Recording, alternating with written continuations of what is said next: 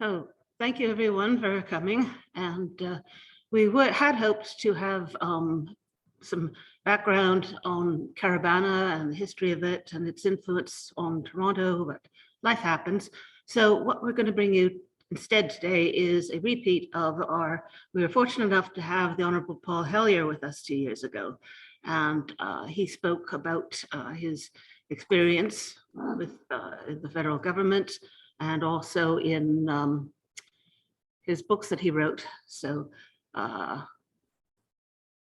it was quite fascinating. He is a firm believer in extraterrestrial life. So I hope you will enjoy this. Thank you for joining us.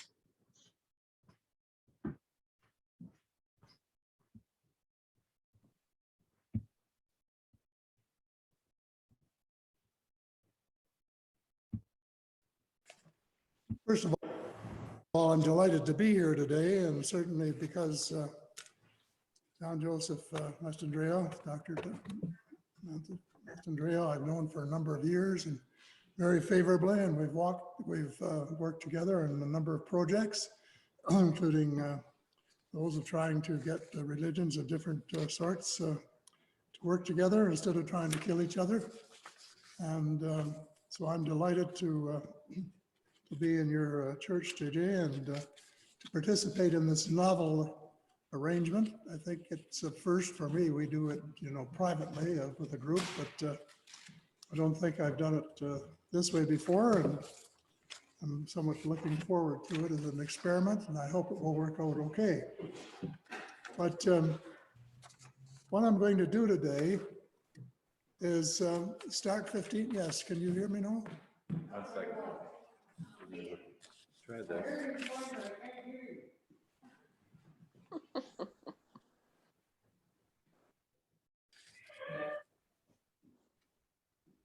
That was a bad start, wasn't it?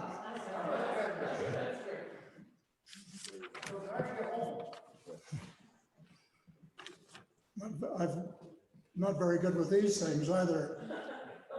I remember once at our lodge that JJ mentioned, there was a band came. Oh, that's it. I'm going to go crazy before I'm finished here. Some people would say not just when I'm finished, but maybe before I start, who knows. Anyway, the idea is to review the last 15 years of my life and to put them in the context of 4 different books that, in my opinion, have all been inspired books. I'm sure you know what that is, that they were not just happenstance, but that I felt led to write them for specific reasons to get certain information out into the public domain. And so 15 years ago, all I knew about UFOs, for example, was that when I was Minister of National Defense, I got sightings reports. And the sightings reports showed that about 80% of all of the reports were natural phenomena. They're Uranus or fireworks or plasma or moon glow or something, but they weren't UFOs. But the other 20% were genuinely unidentified flying objects, hence UFOs. So I didn't pay much attention to it because I was busy unifying the armed forces. And so I wasn't able to ask the kinds of questions that I would certainly ask today if I were back in that same position, because there were a lot of things going on even then that I didn't know about. And this often happens, that the permanent employees in the government will have their own little secrets, and they'll only tell the politicians what they want them to know. And I lived through that and very cognizant of it, but I just wish I'd had some of the knowledge then that I think I have now. So starting 15 years ago, roughly, first of all, my late wife, Ellen, with whom I was married for 59 years, died. And I lived as a widower for a while, and then the lady who was the widow of my best friend ever came along, and in the meantime, I'd made up my mind that I would like to remarry, and she had come to the same conclusion. Her husband had been gone for, I think, about 12 years, and so it was a time of change in my life, which was pretty fundamental in many ways. But on this specific question of the extraterrestrial presence I'm starting off with, I got messages from a young bilingual Canadian in Ottawa, Pierre Junot. And he sent me stuff, and I was honest with him. I said, Pierre, I haven't got time to read it. And he said, well, put it on a shelf in case, for that proverbial rainy day. And I said, well, I'll do that for you. And he asked me to do two other things. One was to watch a 2-hour special of the ABC network in the United States, a program put together by Peter Jennings, who had been born and raised in Ottawa. And the special was all about people who had or said they had seen UFOs.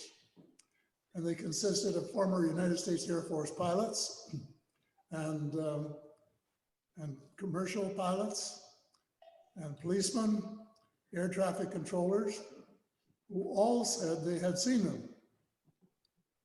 And I said to myself, why would they lie? Why would they go on a program just to lie about seeing something if they hadn't seen it? I took that away in the back of my head. The other thing Pierre did was to send me a book entitled The Day After Roswell. And it looked interesting. So I thought to myself, well, I'll take that to the lodge, when we were just talking about a minute ago, for my summer holiday, which is the only time, plus a little bit at Christmas, the only time of the year I have time to sit down and read books. And when I went to find it in 2004, I couldn't find it. So I read The Life of Pi instead, and it was very interesting, I thought, but I didn't know until I was very near the end whether it was fact or fiction. When the following year, 2005, which was the year of the big divide, really, for me, I was looking for another book, and I couldn't find it. But there, staring me in the face, was so I grabbed it and took it up and sat in one of those big Muskoka chairs, and just relaxed, looked out over the lake, started to read. And my nephew, who was there, came along and said, what are you reading? I told him. He said, well, I'm a skeptic. I said, well, you're entitled to be a skeptic. It's a free country, more or less, getting less all the time. And he went home. I finished reading the book, and I was absolutely convinced that it was on the level, because I recognized the names of the generals, the United States Air Force generals, and the airfields and so on, where the action took place.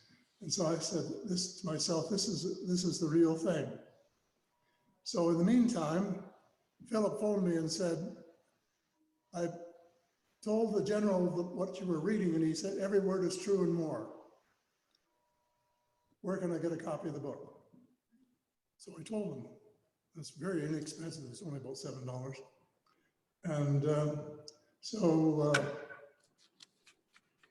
I decided that the people of the United States and the people of the world had the right to know what was going on, because I could just envisage the United States Air Force, who shoot first and ask questions after, shooting these things down and getting us into a galactic war. And I felt that the public should be in on it. And the people of the United States didn't have a clue that they were paying for keeping track of these vehicles. So I had been invited to speak at I forgot what they called it, exopolitics, I think it was, at the University of Toronto Convocation Hall. And by two chaps, Victor Vigiani and Mike Bird, who were ufologists, follow this stuff. And I had absolutely no intention of going, of accepting. But one of my many sins is procrastination. And I hadn't told them. So all of a sudden, I decided I would do it. I would speak at their, whatever it was. And two things I had to do. One was to phone my fiance because we were getting married 1 week to the day after I was to speak. And she was not enthusiastic, if I may use an understatement. But when I said I thought it was in the public interest, she said, well, if you feel it's in the public interest that you have to do it, well, go ahead. And I said, don't worry, it'll just be a one-off. That'll be the end of it. And I have a reputation for telling the truth, but boy, that was a whopper. And I had no idea how things were going to work out. The other thing is I wanted to hear from the general's himself, his verification. And so I got Philip to call him and say that I would be getting in touch. He gave me his phone number, and I had met him before, actually. And so I phoned him, and before I could even say, hello, how are you? He said, every word is true and more. Just like that. And then he spent the next 20 minutes telling me what the more was that included face-to-face meetings between United States officials and sentient beings from other star systems, period. And that is about as direct as you can get. He told me a lot of other things too, but he was limited by his oath because this sort of thing is very, very closely guarded. It has been for years and still is, unfortunately, in most of the world. So after listening to him for 20 minutes, I was convinced. I had my wife's approval, so I phoned Vigiani and Bird and told them that I would do it.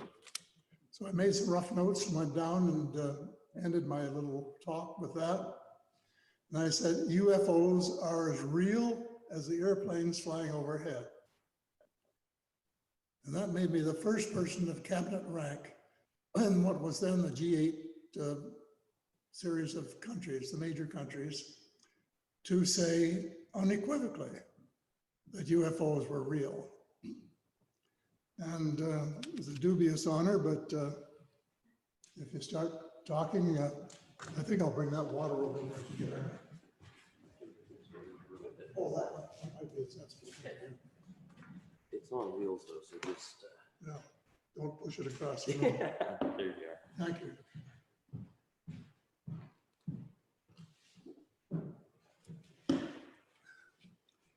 Well, after I went public, you know what all happened.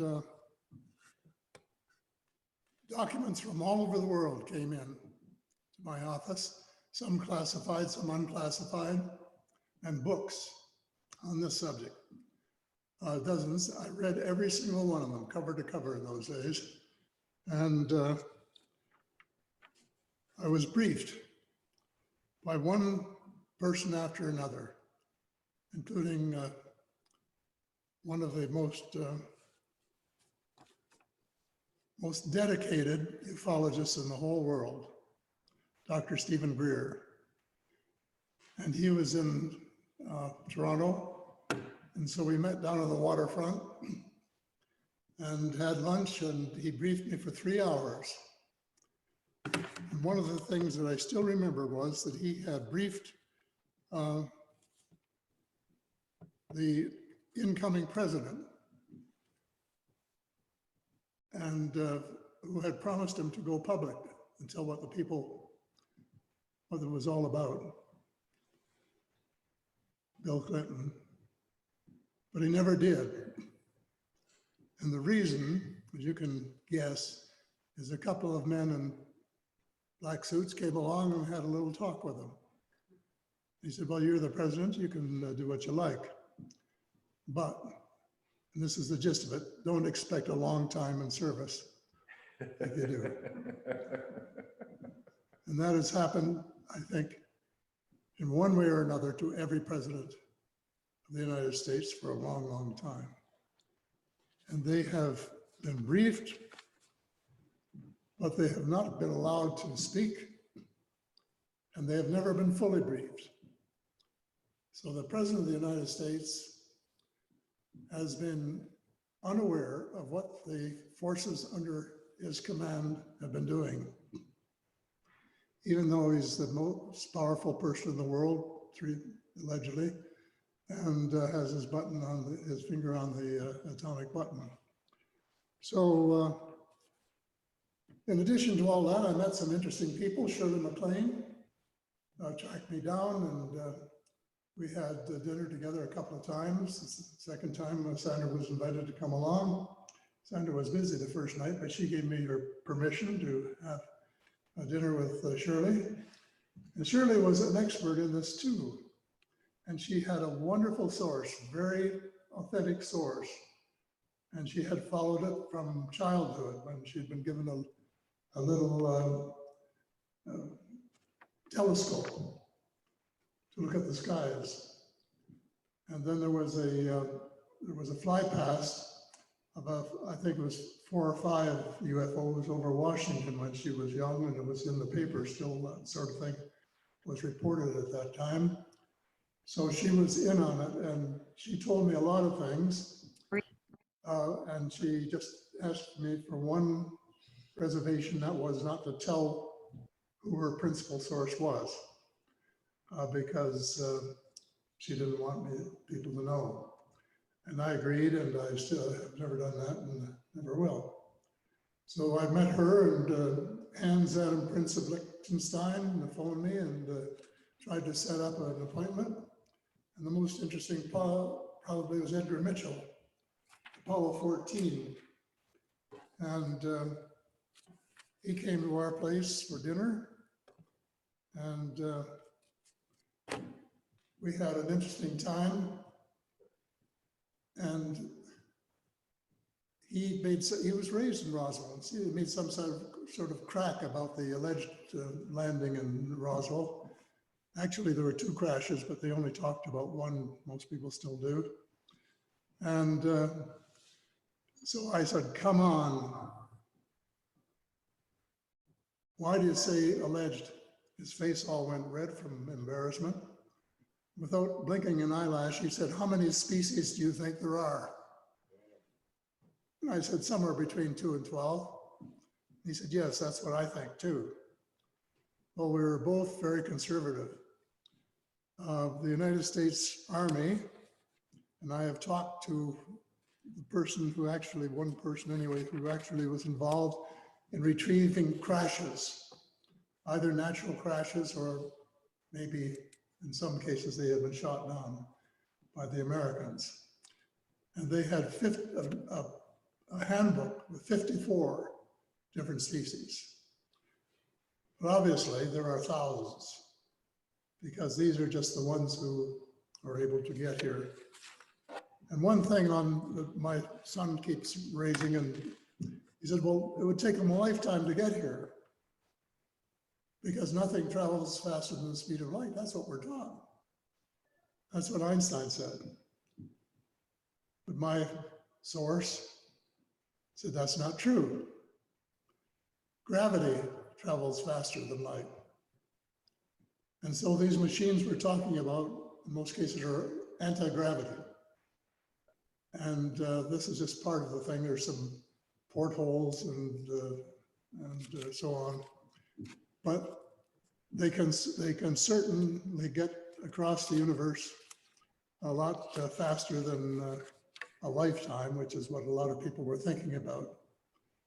And I'm going to be running out of time here if I don't shut up and go on to something else. But there was an expedition in the mid-60s where 12 US astronauts were taken to the planet Circle by the EBs, who were the ones who had crashed here. And it's 38 light years away, and it took them 11 months to get there. So that gives you an idea of what is possible. Well, all of this just made me realize that I should write a book. And but first I had to do some research. We went to the Middle East to find out what was going on there. We stopped in London and were briefed by Nick Pope. If you're in this business, you would have heard his name. He was the UFO person he was at the UFO desk in the Department of Defense in London for the United Kingdom. And he was limited as to what he could say, but he gave me 2 cases that had somehow gotten into the public domain. And one of them is the Bentwater forest case, which is very, very popular known and is so well authenticated that nobody could read about it and deny that it was real. And he gave me the name of the deputy commander there, who we thought would talk to me. And then we went on to Israel and the West Bank. And unfortunately, we found that the Israelis were treating the Palestinians abominably. And we were very disappointed to find that out.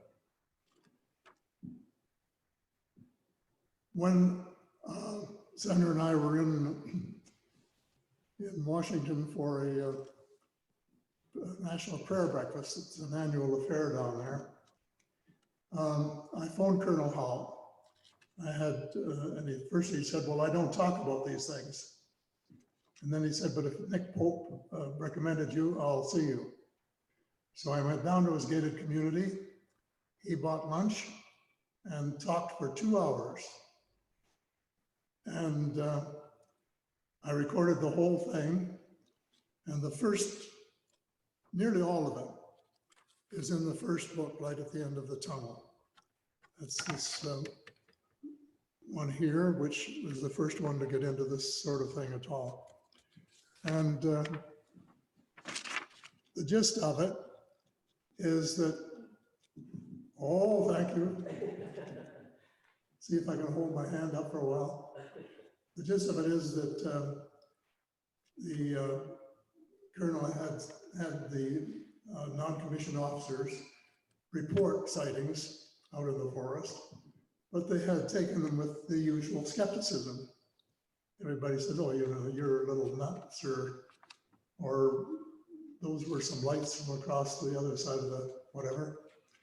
And so on Christmas Eve, they were having a banquet to give awards to outstanding soldiers, and well, in this case, airmen mostly.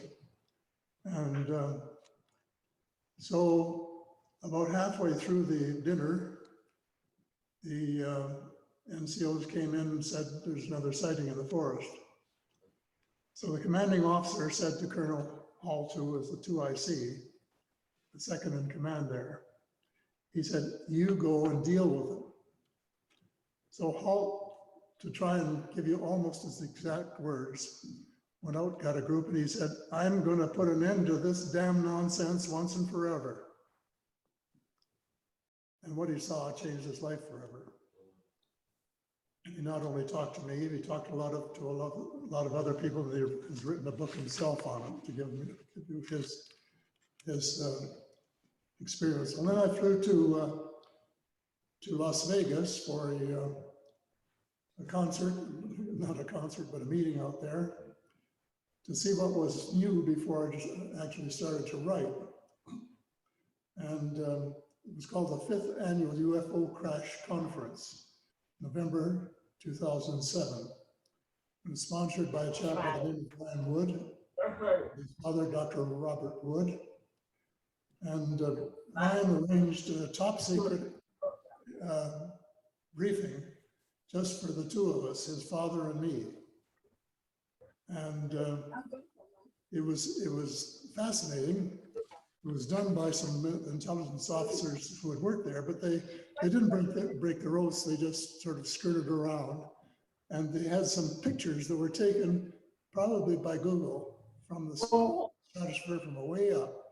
And these tiny little trucks going out over the desert and then just disappearing into a hole. And we never figured out what they were doing there, but we're probably developing new, more efficient weapens. Something like that anyway. But very few people ever mention that number, so it just shows you how much sensitivity there is in keeping things. And then there were two people who had been abducted by UFOs, Travis Walton and Jim Sparks. And I wanted to hear from them directly what they had to say. And I interrogated each of them for hours until I was absolutely convinced that they were telling the truth. There's just no way that they could have been avoiding it. So finally, became ready to write, and this light at the end of the tunnel was the product. And it began with a dire warning that we had 10 years to do something about global warming. And then went on to the subjects that we have been discussing. And my best line in that book, and I don't often boast, or try not to, but I like this line.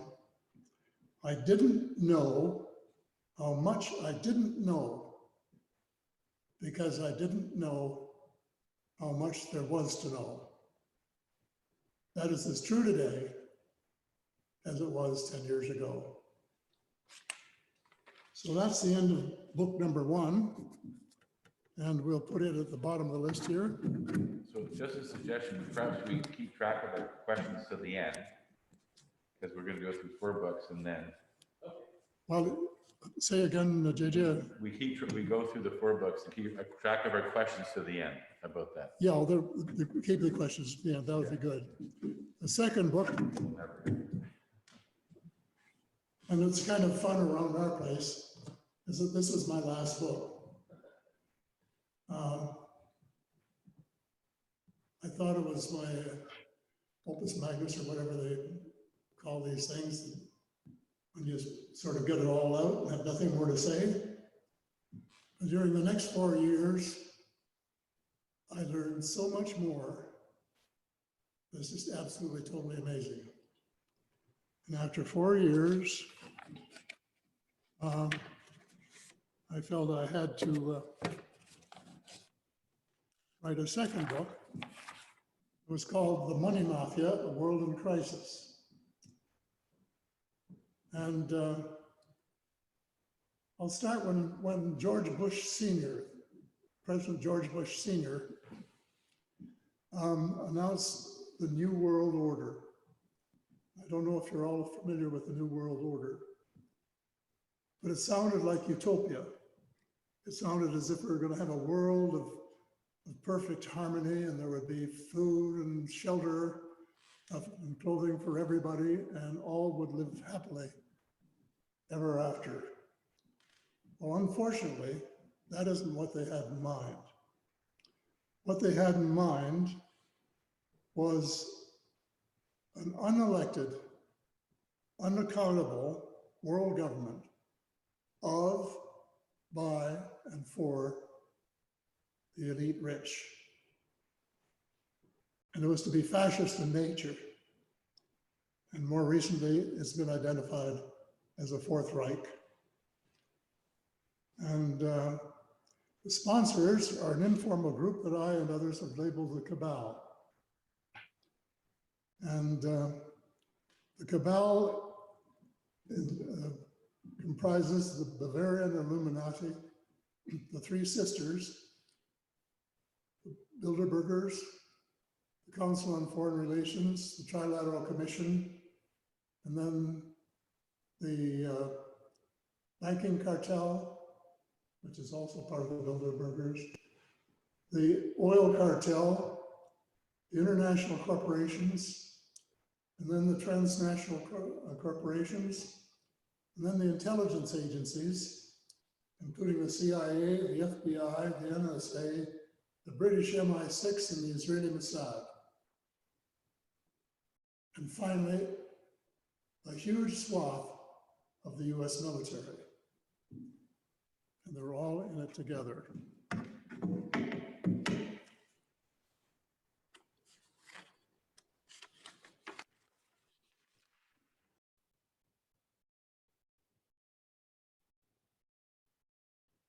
Especially, it was the Air Force and the Navy who were involved. And there's an Operation Paperclip that you should be aware of. At the end of World War II, the United States was very anxious to get some of the best scientists from Germany to help them in their fight with Russia, with the Cold War. And so they recruited a whole lot of them. And President Truman gave his approval, but he said nobody who has been close to the Nazi Party, nobody who was a real Nazi is included. And but they didn't pay any attention to that because all of these senior people had been involved in the Nazi Party. And just a little while after that was Operation High Jump. There were 2 or 3 groups who realized that Hitler wasn't going to win. One of them, the Council on Foreign Relations, came to that conclusion in October, November 1940, and started working on the American empire that would replace it with all of the land that Hitler wanted, all of North America and the Pacific Rim countries. So we were on the list.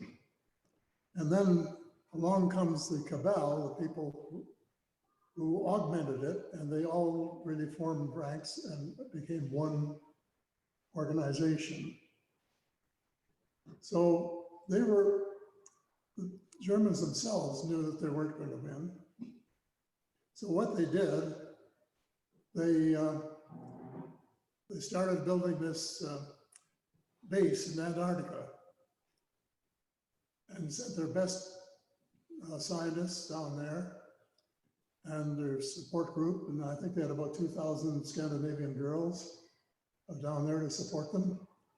And so in effect, they were building a new Berlin, sort of a government in waiting, as it were. What I've only found out in the last month or 2 is that they started building it at the beginning of the war and didn't wait till the end of the war. And so the Americans knew about this and they wanted to do something about it. So the first US Defense Secretary, James Forrestal, sent a flotilla to take it out. And the task force comprised 4,700 men, 13 ships, including 1 aircraft carrier, and 33 aircraft. They refueled in South America on the way down, and they got there and they were all ready to go to battle. And 2 flying saucers came up out of the ocean and sank one of their ships and killed some of their men. And they had to turn around and go home. Byrd was absolutely livid, as you can imagine. They got back to the United States, he wanted to nuke them. But by that time, the Nazis from Paperclip operation and others had gained control of the US military and nothing was ever done. And they've been working there ever since, to the best of my knowledge. So there's one interesting thing that would interest you, and this is how they get away with lying. If you look in Wikipedia, it tells you the truth about Operation Paperclip. But if you go to Operation High Jump, they tell you how many ships and so on, but they say it was for some reason. It wasn't for the reason I just gave you, which was the real reason. It was just to go down and take a look around, and maybe they could do something down there. It is enough to make your blood boil that people would put that kind of a direct lie up for everybody to accept as the truth. Well, I'm sure some of you, if you're into this at all, have heard of areas 51 and S4. And Dr. Michael Wolff, who was one of the people who was working in both the 51 and S4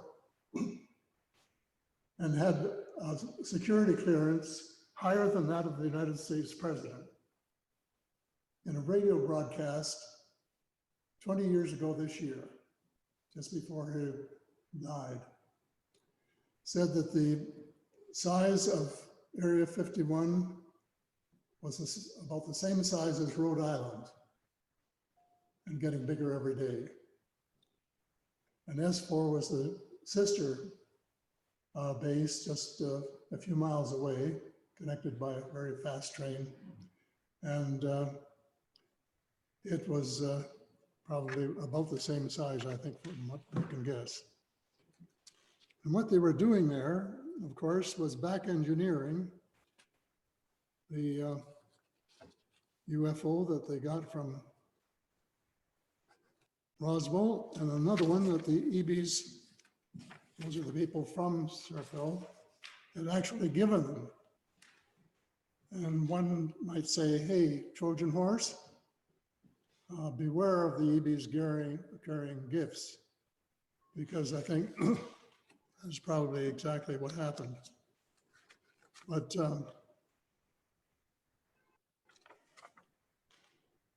I'm going to skip the next thing here about the US and the building a base called Dulce, where they had built it in cooperation with the EBs, 8 stories high, starting from the ground down, and you had to have a higher classification for every story down.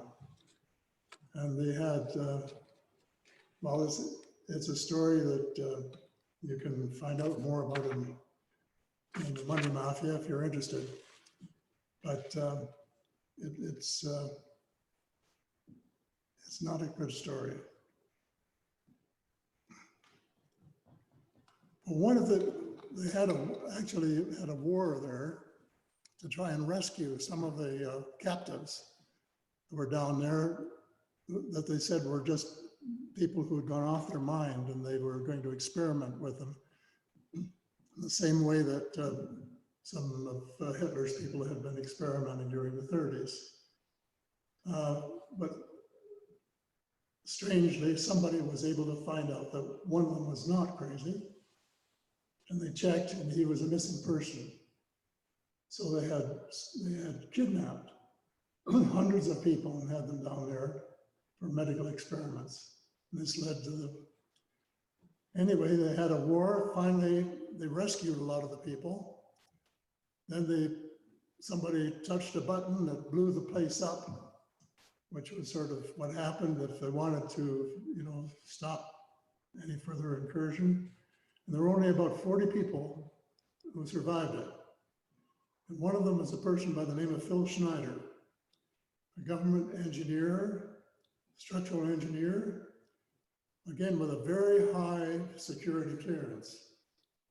And he had been working underground for 17 years in what we call the black projects. The black projects are really, they call them special projects. But he was involved in this and found out what was going on with the New World Order. And he was so disgusted, he resigned and went public.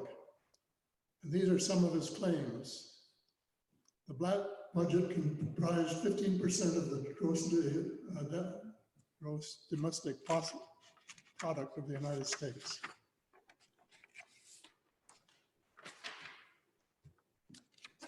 And when he spoke, there were 129 deep underground military bases, large cities connected underground by high-speed magnetic to leviton trains with speeds up to Mach 2.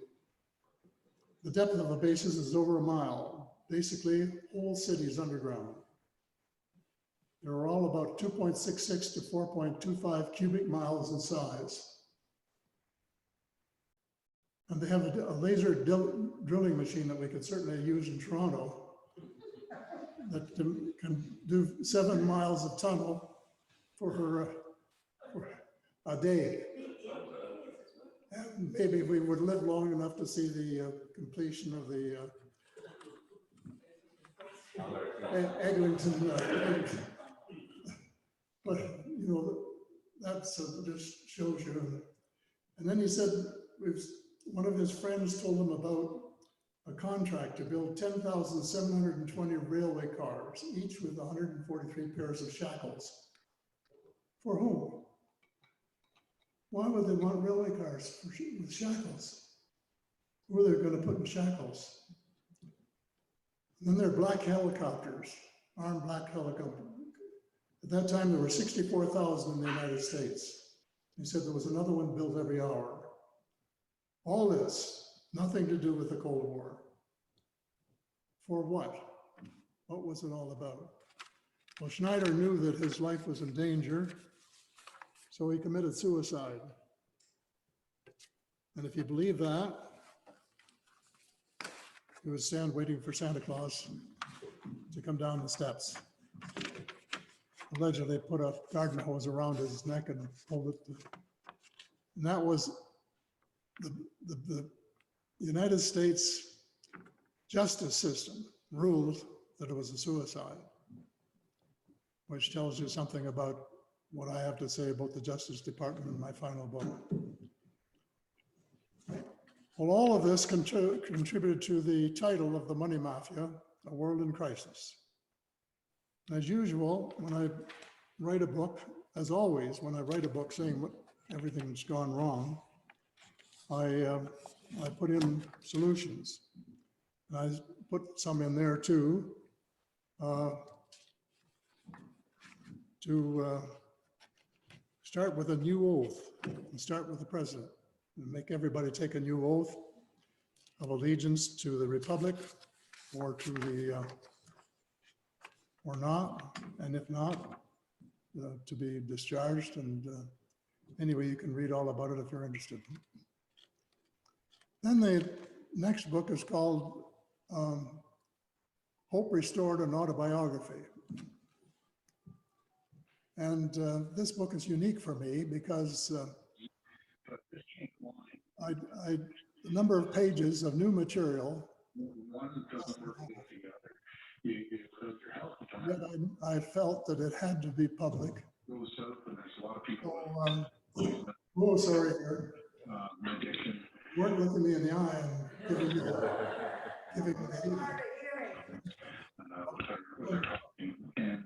and again, you have talks on both sides. And by the way, we have a test on. In order to make it into book size, I tacked on my autobiography. And some of it's worth reading.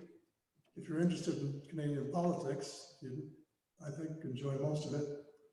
But it's the last 10 chapters or so that are different. I started out with the 9/11 because it has been so controversial. And in my first book, I said there were a lot of things that didn't add up. But by the time I got here, I knew that it was a fake job. It was what they call a red flag job. It was undertaken basically by the Israeli Mossad with the knowledge and consent of the United States government who participated in it. And they killed all these people in order to get a license to start wars in the Middle East. And so the official report as just full of holes, but they managed to get away with that somehow. And I'll not elaborate on that, but because I want to get to the new material. One of the chapters in the book is one where I talk about the still small voice that led to the road back. And what it was really when I decided to submit myself to the Creator God and to do things His way or her way, rather than my own way.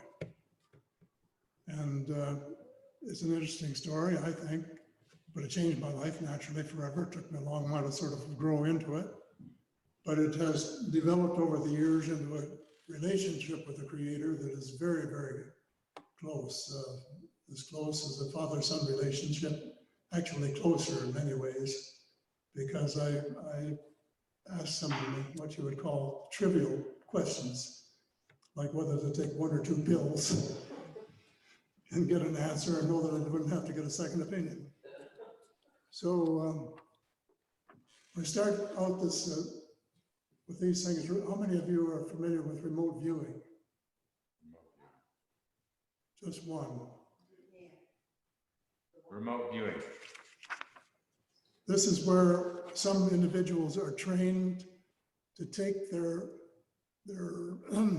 mind and project it out into the universe and sort of have not, in order to gain knowledge from the whole universe of what's happened for thousands or millions of years back and so on.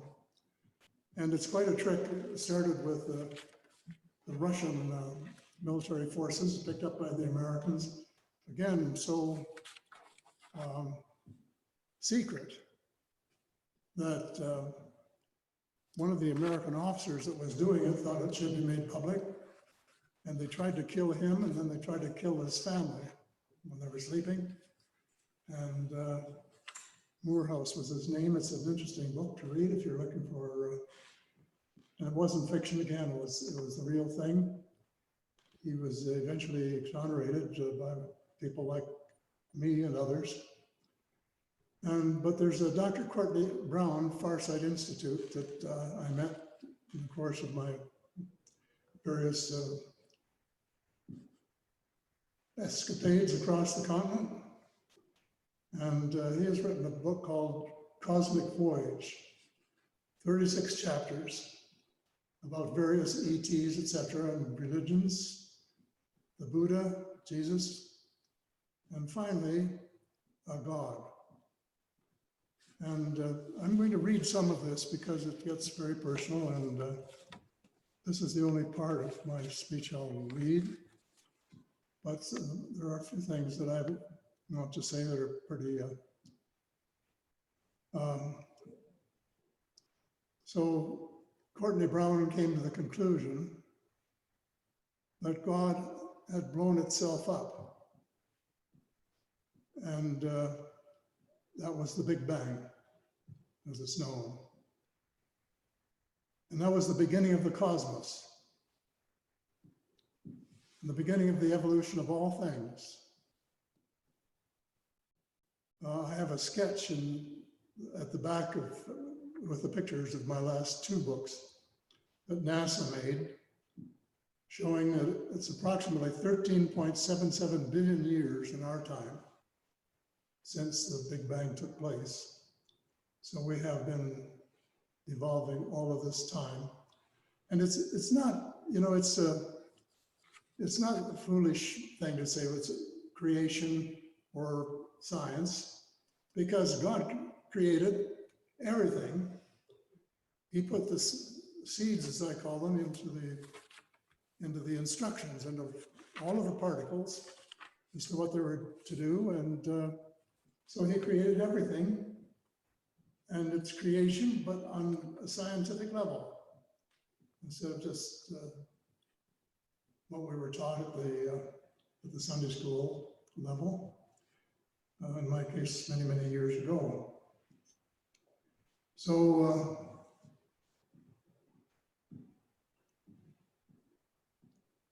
in 2017, was a momentous revelation for me.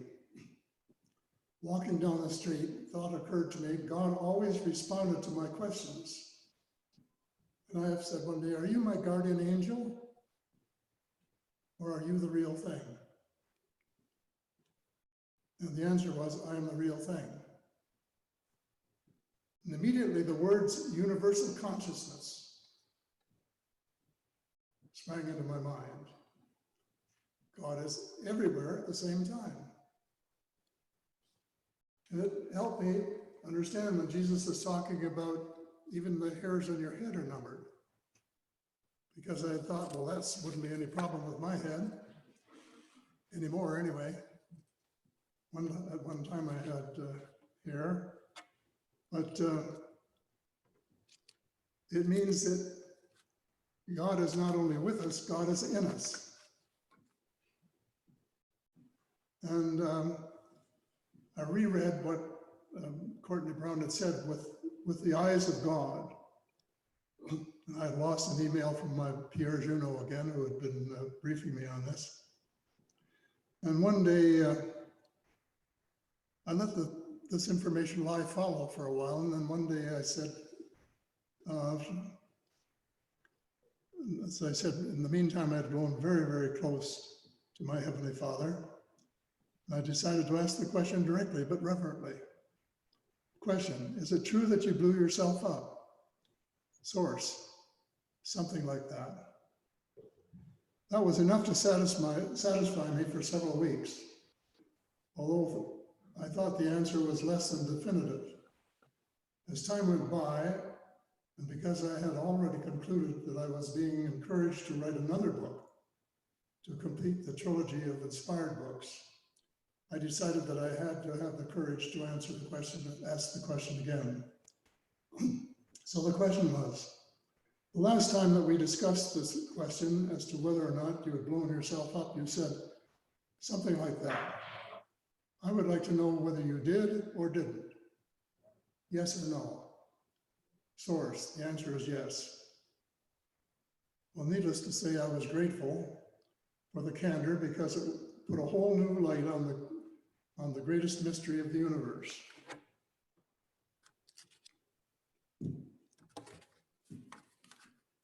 Sorry, I have numb thumbs and fingers, and We did pay our heating bill. we'll get there eventually. Some weeks later, when I was still in Crete, vacationing with Sandra's family, the subject came up one more time when I was praying silently. You said you blew yourself up. Yes. This was a conscious, deliberate decision on your part? Source, it was. Question, you know that I will quote you. Source, that is what you are supposed to do. I was neither the first nor the only one to come to the conclusion that God was the omnipresent creator. My mind went back to the night Apollo astronaut Edgar Mitchell had dinner at our condo. Sandra had asked him directly if he believed in God. He said, no, if you mean an old man with a beard somewhere in the sky. Later, however, and I had forgotten this until I looked back at my diary. Later, he added, I believe that the universe is God's body. Then there was Shirley MacLaine's book. When I was writing this chapter, I consulted her book, Going Within, and couldn't find the information I was searching for. But skimming to the end, however, I came across her interview with the late Stephen Hawking, where she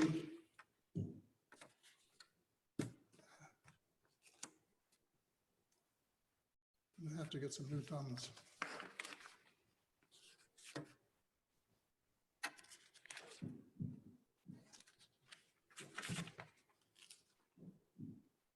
So this, if, as Hawking and other scientists say, the Big Bang explosion resulted in life as we know it today, and the seeds of all things, ourselves included, were present at the birth of creation. It is true that the God particles flew out of the vortex into the void, but not before they had received precise instructions as to how they should act, interact with each other, and grow to become the stars that gave us light and warmth, the water that is essential to life, and a plethora of streets of trees, plants, and animals to aid us and sustain us. Our Creator must have had a love of beauty. Anyone who has seen pictures taken by the Hubble telescope will appreciate that the cosmos is infinitely beautiful. There is nothing comparable. Closer to our home, our planet is a joy to behold. In the course of writing my first book, almost 70 years ago, no, 50 years ago, pardon me, I had the good fortune to visit 26 different countries. My unforgettable impression is that every one of those countries is beautiful, each in its own way. My wife, Sandra, and I have always felt close to God when we watched the sun rise or set, when we viewed the stars in the sky, or walked in the woods, or enjoyed the thunder and lightning of a summer storm. What we did not know was that every hill and mountain, every field and forest, every stream and river, every tree and flower, every stone and thistle, as well as every calm or raging ocean, is God incarnate. They all consist of God particles, as do our cities and factories. All particulate matter in the cosmos comprises God's body. Paramount to earthlings is that we are all God's children and made in his image. That does not mean that we look like him, but that we are part of him and he is part of us. It doesn't matter about the color of our skin. We are all equal. We are brothers and sisters. There is no doubt in my mind that our Father is not pleased when those of us with white skin either think or act as if we are in some way superior to our siblings. We are not. The same might be said when any of us treat LGBTQ with less respect than we would expect from others. Regardless of sexual orientation, all of us are equally God's children. Consequently, as I said in Light at the End of the Tunnel, what God has created, let no man or woman disdain. Well, I've gone an hour, so we'll skip book number 4 and start taking questions, I guess. JJ, if that's the... Yeah, we're gonna do that. One second, can you just hand me that for a second? And we're gonna be very conscious. Well, let's say a first round of thank you, Paul. You've taken us out of the universe and back again, and we could talk for about 5 years, I think, if we start now. But and so actually, Joanne, can I use your help keep an idea maybe of people in the room, and I'll keep an idea of the chat, and so we don't lose track. Let's start with the people on the TV land. But if you do want to talk, what we're going to try to do is keep track of, so we don't lose the number in order. So why don't you, let's find out now who in the room does want to talk, and then we'll keep track of that. Okay, so 1, 2, 3, 4. You're bouncing up and down. Okay. Okay, 1, 2, 3, 4, and 5. Okay. Let's do it. Remember that. Let's start with the chat. And then we'll go around and move on to the chat. Yes, that's the idea. Okay, so we're going to start with our TV audience, and I'm not sure how I'm going to do this, but if you type type in the chat with your questions, that might be easier than me trying to figure out the interface of sound in the room. So if you could, maybe you can type in the chat.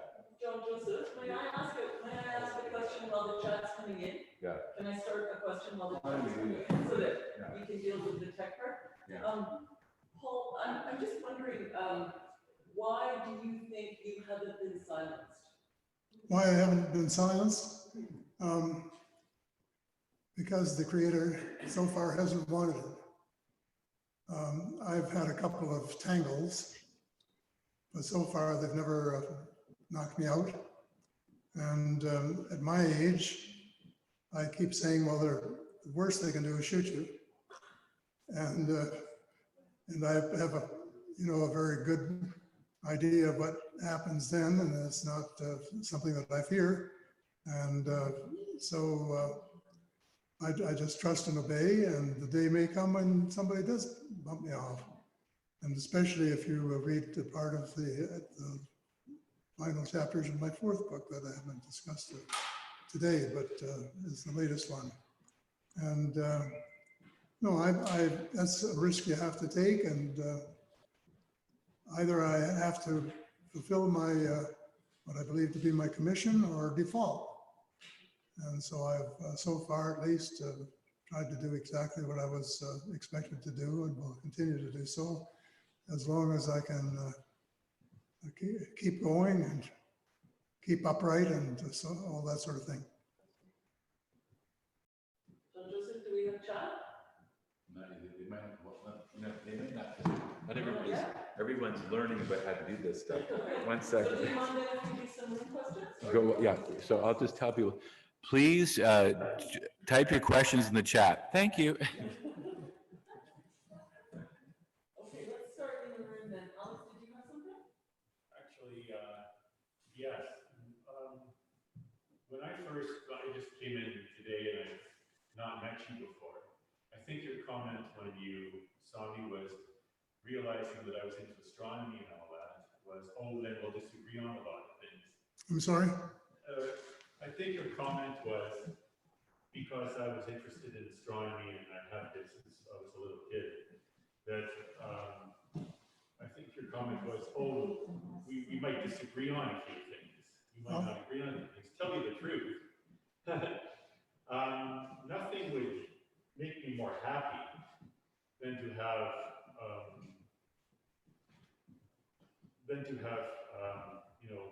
positive proof of alien contact. That would be great. And within my lifetime, as I think I've talked to everybody here about in my little talk, even if we've discovered microorganisms on another planet that weren't some sort of contamination that were actually developed on another planet, then we found life elsewhere.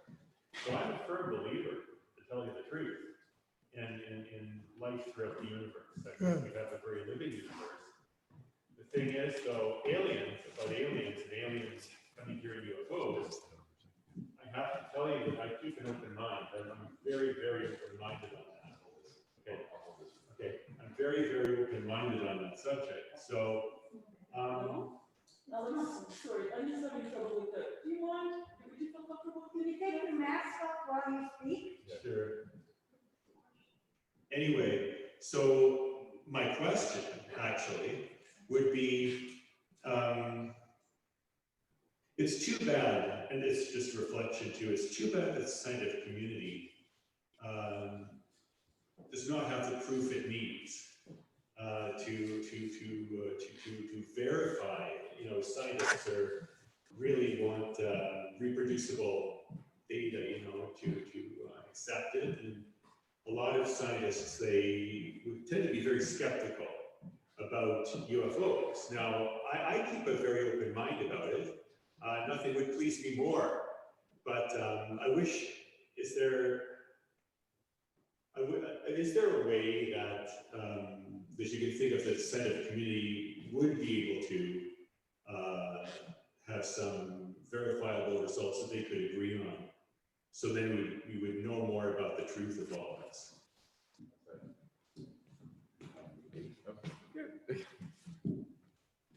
I'm sure that there will be more evidence as time goes by, but I think the problem with many of the scientists I've talked to, you have to have a will to want to learn.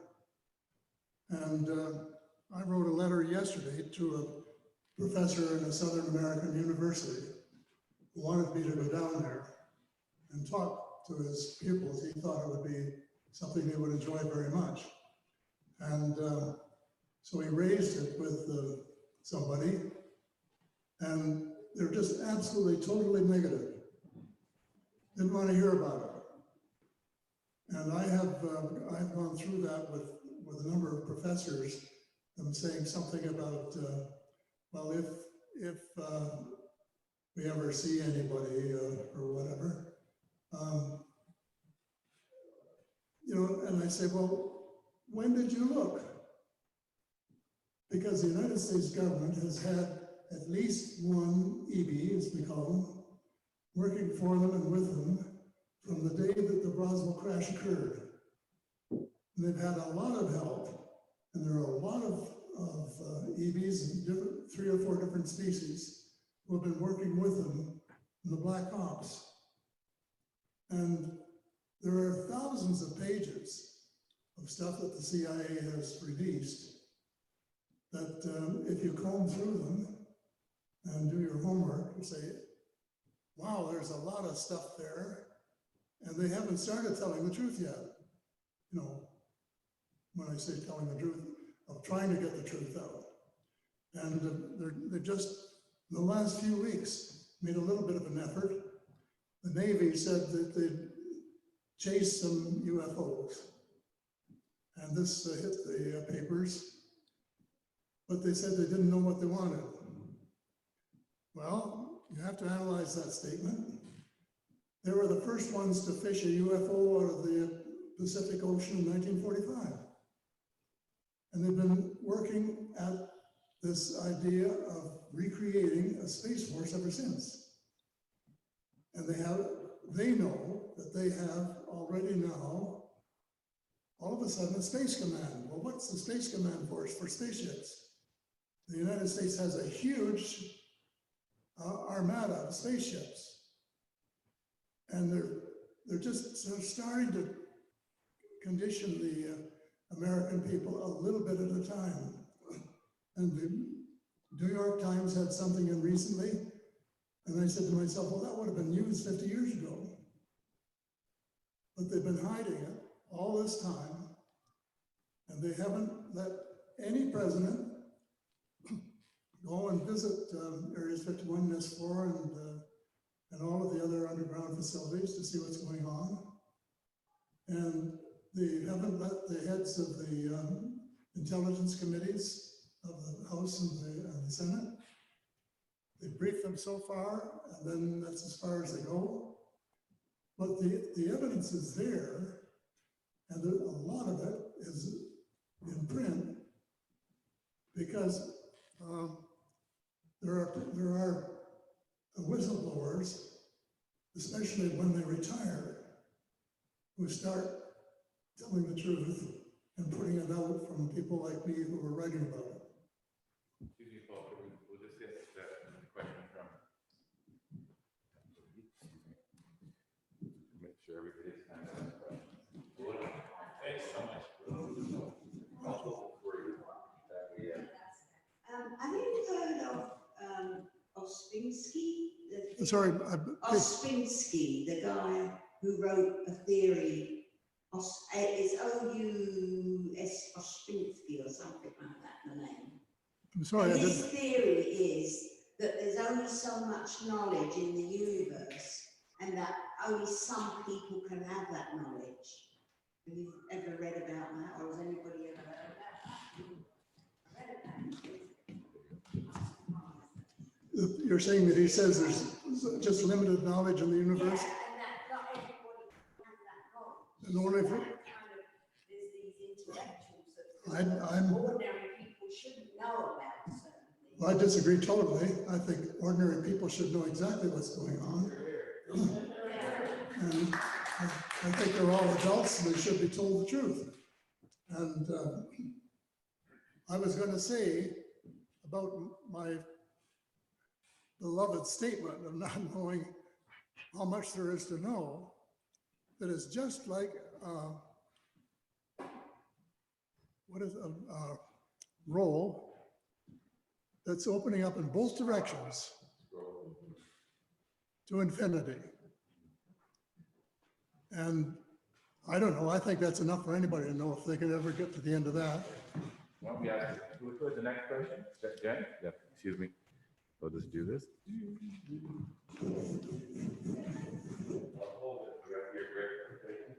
I just want to follow up on something that Alex started asking. Are you actually saying there are alien beings living here right now and working with people? Yes. Well, I want to, what do they look like? Where did they come from?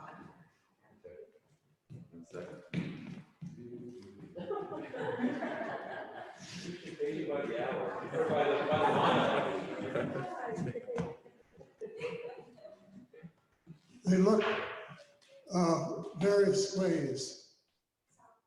The little grays, you've probably seen pictures of them in the comic books or the papers, are very short, long skinny arms, long skinny legs, a slit for mouth, ears, and great big heads and great big eyes. And that is sort of the view of some. Most of the people in our galaxy look like us. I suspect we're cousins. There was a chap, a Valiant Thor, who lived in the Pentagon for 3 or 4 years, and this is documented. I mean, I've got a picture of it in my book. It's the kind of guy I would want to come home if my daughter ever wanted to find somebody that she'd like. And incidentally, he has an IQ of 1200. And he came here from Venus, where it's not supposed to be inhabitable, but it is. And he tried to talk our leaders into an exchange that we could have their technology on medicine and agriculture and so on. In other words, the kind of wonderful life that I thought a New World Order should conjure up instead of this mess we've got, that we could have that if we would just give up our atomic weapons. Because most of our neighbors are petrified for fear we'll blow ourselves up. They say, and I believe, that we have done that once, at least once before, maybe more. Did you go back to the time of the Atlanteans and I forget the other people that were there at the time, and they made the earth uninhabitable. And they think that we might do the same. And they don't want us to do that for 2 reasons. For one, the universe, the cosmos, is a one, it's a unity. And if we put off one atomic bomb, it goes right through the universe. And they don't like that. Second, they'd like to come and visit and maybe to trade with us eventually, because there is some of that going on now, according to some of my friends. And so they're petrified that we're playing with matches, and they would like us to give them up in exchange for the kind of life that would be, in effect, idyllic. Because most of the majority of the species are God-fearing. They call them the Galactic Federation of Light. And they call God the one, or the source, or the forever. But it's all the same thing. They're all together on the side of we call the light. Well, then there are a couple of species, including one section of the Ibis, of the Graves, just one section. And they're working with another group, and they're the troublemakers, and they're on the side of the errant sun. Call them what you like. Pardon me? Sorry, Is it Aaron's son? Yeah, Satan, Okay. the evil one. Aaron's son. Okay, so right. And so that's the dark side. And what we're really basically seeing, and I go into this in my final book because it's very real at the moment, is a war between good and bad, between light and dark. And fortunately, the Galactic Federation of Light is on our side, and they have spaceships parked up above, waiting, I think, to break a rule of their own. A rule of their own is non-interference. But to break that rule, if they really have to. And so I'm hoping that's true, because the power of the cabal militarily is unequaled in our history, our current history. And there's no sense trying to fight them. What I have suggested in my final book is defunding them. And if we could get enough Americans to get the Congress to just cut off their money, because they have to have help from us, and they have to have money to operate. So the only way to do it would be to defund them. And this applies to the CIA too. The CIA is total Nazi. And it has been for decades. And that's the reason they're so evil. They're the ones that go for waterboarding and meddling in everybody else's business and trying to overthrow governments and then getting all upset if somebody wants to interfere in theirs. So, yeah, and I guess I personally have not seen visitors from other planets, but I've been in the same room with them. And I knew that they were there because they put their hands on my head. Excuse me, Paul. I think Don wanted a question. No? Who was next? Great. Excuse me. Sorry. Okay. So I'm waiting for my whole recording. I don't know what the camera might not work so well. They would probably work. Okay. We're technology challenges. Sure. Well, Well, they're getting very.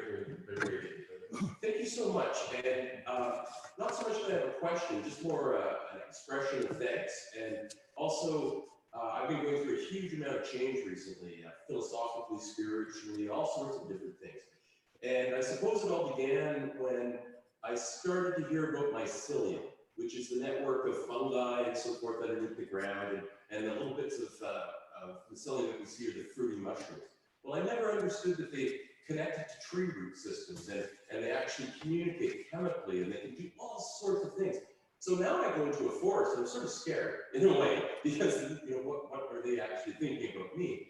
But it's challenged me at the very basis. If I can't look at a tree and say, oh, that's a tree, my mind is just open. So I'm really appreciative that you have risked your personal reputation, your money, all of these things to bring this to light. And it's hard for people to understand. And I recognize that. But it's kind of like once you take those blinders off, you can't put them back on comfortably ever again. And I would like to ask, I suppose, wrap it up with a question. The fellow that you had spoken about that lived in Washington, D.C. and was talking about the alien that was trying to make the peace between Earth and giving up the atomic weapons. I've heard of that, and I've seen photographs of the man. Yeah. And he was well accepted in society. And I don't think he hid very much. But what ended up happening to him? I never did find out how. Did he just go away? Yeah. Yeah. He flew back to Venus when. One sec. Back to you. Okay, there we go. Okay. Yes, I think he satisfied himself that he wasn't going to make a deal. And actually, there were some politicians who were favorable, who put the interests of the people first. But the chiefs of staff, who were really running the show, and the cabal who don't really care about us because they have other plans for the planet,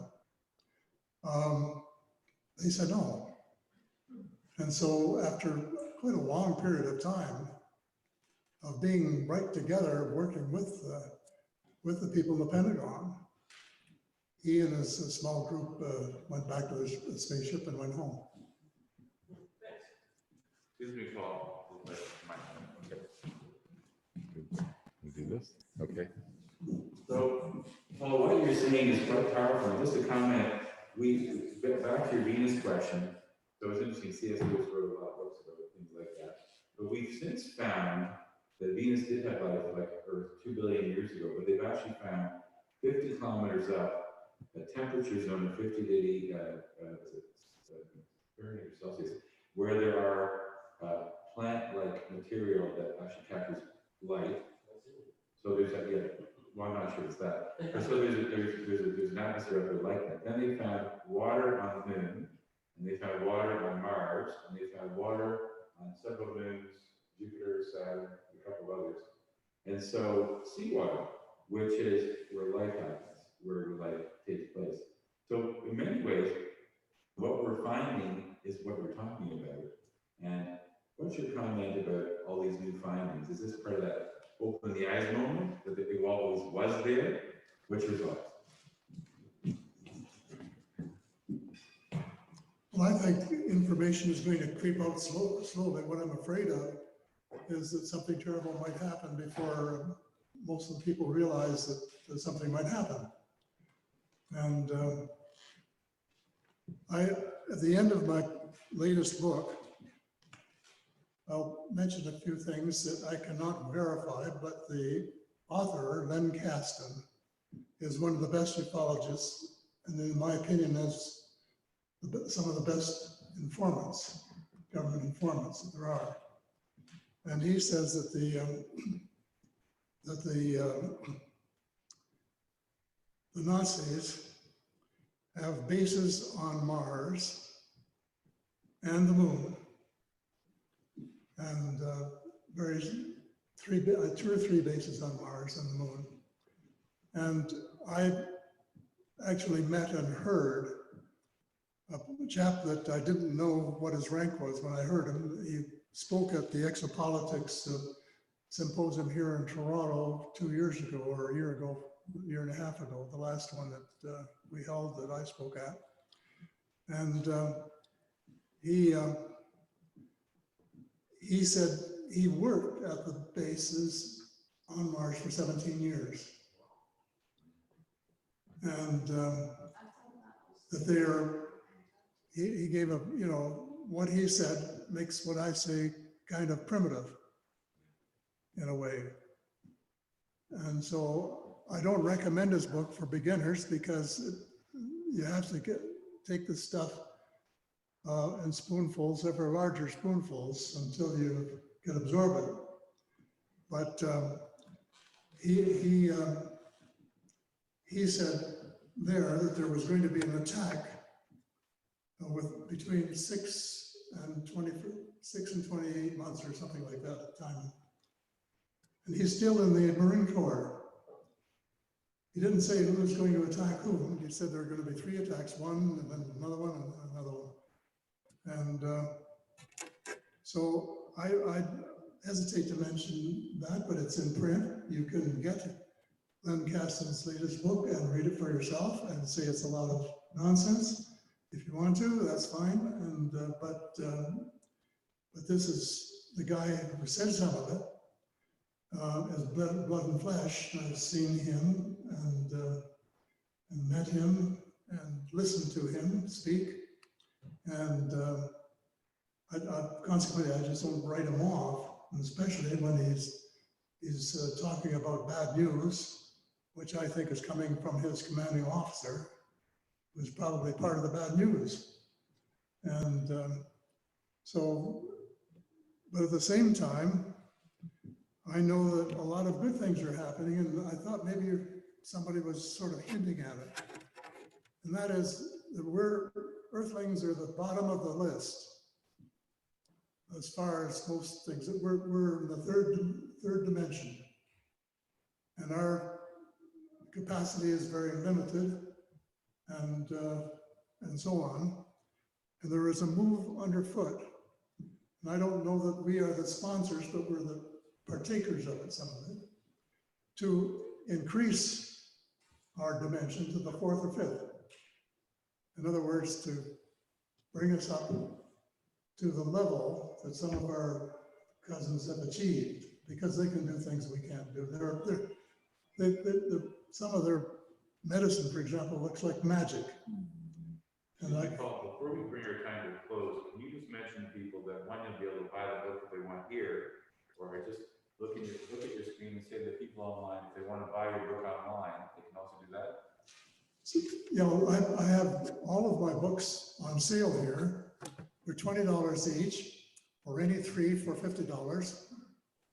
And if you want a lot more information that I have given you today, that would be the way to get it, because Allen Dulles, who was the American who brought most of the Nazis into the CIA when he was director of the CIA, was once asked, how could you get away with bringing so many Nazis into the US? He said, it's because Americans don't read books. Yeah. Pardon me? Don't read books. Oh. And I said, well, Canadians aren't much different from my experience, because I've just finished my 16th book. And my wife, late wife, used to say, another book to creep silently across the land. Well, Paul, let's figure a time to close. And so I will, on behalf of everyone here, I want to say thank you and thank you. And to our studio audience out there in TV.